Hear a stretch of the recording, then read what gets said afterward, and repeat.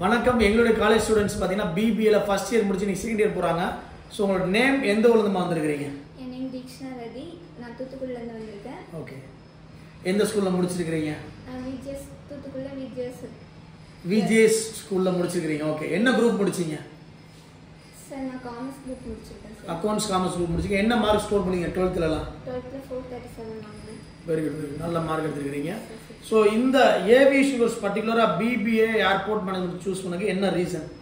Sir நான் ground ஸ்டாஃபா போகணும்னு எனக்கு ரொம்ப நாள் ஆசை. அதனால நான் பெங்களூர்ல தான் பார்த்தேன் ஃபர்ஸ்ட். Okay okay. அங்க வெளி ஸ்டேட்ல போய் படிக்கலாம்னு பார்த்தேன். சொன்ன மாதிரி ரொம்ப ஃபீஸ் அதிகமா இருந்துச்சு. அதனால நம்ம இது ஸ்டேட்குள்ளே நான் பார்த்தேன். மதுரை யூடியூப்ல வந்துச்சு. பார்த்து ஃபீஸும் ரொம்ப கம்மியா இருந்துச்சு. சோ இது போக பெங்களூர் தவிர்த்து வேற என்னென்ன காலேஜ்ல என்கொயரி பண்ணிருப்பீங்க? ஒரு ரஃப்லி என்ன ஃபீஸ் ஸ்ட்ரக்சர் இருக்கு இந்த கோர்ஸ் படிக்க per year க்கு? சார் பெங்களூர் பார்த்தேன், அதுக்கப்புறம் கோயம்புத்தூர் பார்த்தேன். பெங்களூர் என்ன ஃபீஸ் ஸ்ட்ரக்சர் இருந்துச்சு per year? சார் 4 lakhs இருந்துச்சு. Around 4 lakhs per year. Then Coimbatore பார்த்தேன். கோயம்புத்தூர் வந்து per yearக்கு 160 அப்படி இருந்துச்சு. இங்க என்ன ஃபீஸ் ஸ்ட்ரக்சர்? அதாவது கோயம்புத்தூர்ல per yearக்கு 1.6, பெங்களூர்ல 4 lakhs, மதுரையில என்ன ஃபீஸ் ஸ்ட்ரக்சர்ல நீங்க படிக்கிறீங்க per yearக்கு? சார் per yearக்கு 60,000. per yearக்கு 60,000ல அவங்க ஜாயின் பண்ணியிருக்காங்க. இன்னைக்கு செகண்ட் இயர் படிச்சுக்கிட்டு இருக்காங்க. கிட்டத்தட்ட ஒரு 2 lakhs ஸ்கூல்ல பாத்தீங்கன்னா அவங்களோட டோட்டல் டிகிரி ப்ரோக்ராம் முடிச்சிடுவாங்க. இது எங்களுடைய ஸ்கூல்ல எனக்கு சொல்லிக் கொடுத்த விஷயங்கள். பணக்காரங்க மட்டும்தான் படிச்சு நல்ல வேலை வாய்ப்பு போகணுன்றது கிடையாது. மிடில் கிளாஸ்ல உள்ளவங்களும் நல்ல கோர்ஸ் படிக்கணும், நல்லா அவங்க நினைச்ச கோர்ஸ் படிக்கணும், நினைச்ச இடத்துக்கு வேலை வாய்ப்பு போகணும். இது எங்களோட பேசிக்ல இருந்து எங்களோட தீமா இருந்துச்சு.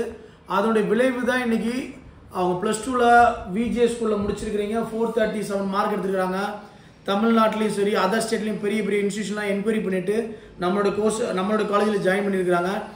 இங்கே காலேஜில் ஜாயின் பண்ணி என்னென்ன விஷயங்கள்லாம் நீங்கள் பெனிஃபிட் அடைஞ்சிருக்கீங்க? ஃபர்ஸ்ட் இயர் தான் நீங்கள் காலேஜில் லைஃப் அட்டன் பண்ணிருக்கீங்க இல்லையா? ஸோ அந்த ஃபர்ஸ்ட் இயரில் என்னென்ன பெனிஃபிட்ஸ்லாம் நீங்கள் அடைஞ்சிருக்கீங்க?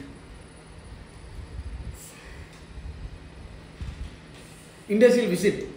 S sir, Madurai airport first கூட்டு போனாங்க. அங்கே ரொம்ப ஹெல்ப்ஃபுல்லாக இருந்துச்சு. அங்கே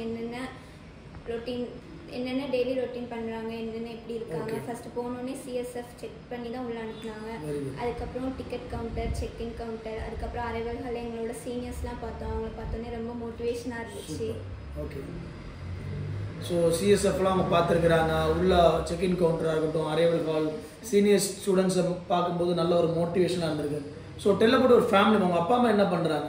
எங்கள் அப்பா ஹார்பர்க்குள்ளே போட்ட தரத்தில் வேலை பார்த்துட்டு இருக்காங்க. ஹார்பரில் ஒர்க் பண்ணுறாங்க, தூத்துக்குடி ஹார்பரில் ஒர்க் பண்ணுறாங்க.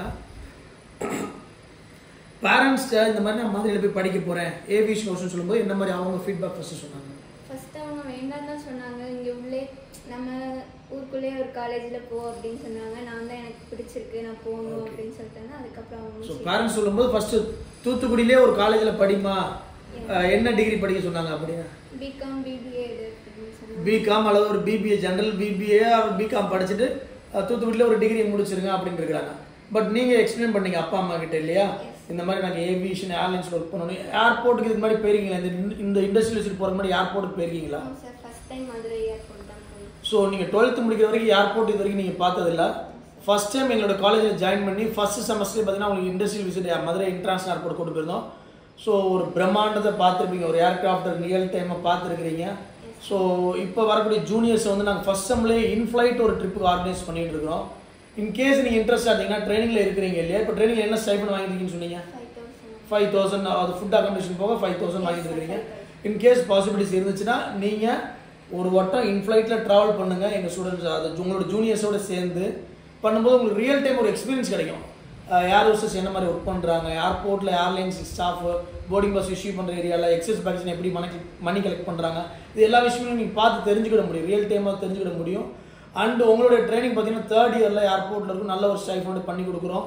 ஸோ இவங்களும் சரி ஃபியூச்சரில் நல்ல ஒரு ஏர் ஹோஸ்டஸாக அல்லது ஏர்போர்ட்டில் ஒரு கிரவுண்ட் ஸ்டாஃப் ஆகணும் எங்களுடைய கல்லூரி சார்பாக அவங்கள வாழ்த்துக்களை தெரிவிச்சுக்கிறோம்.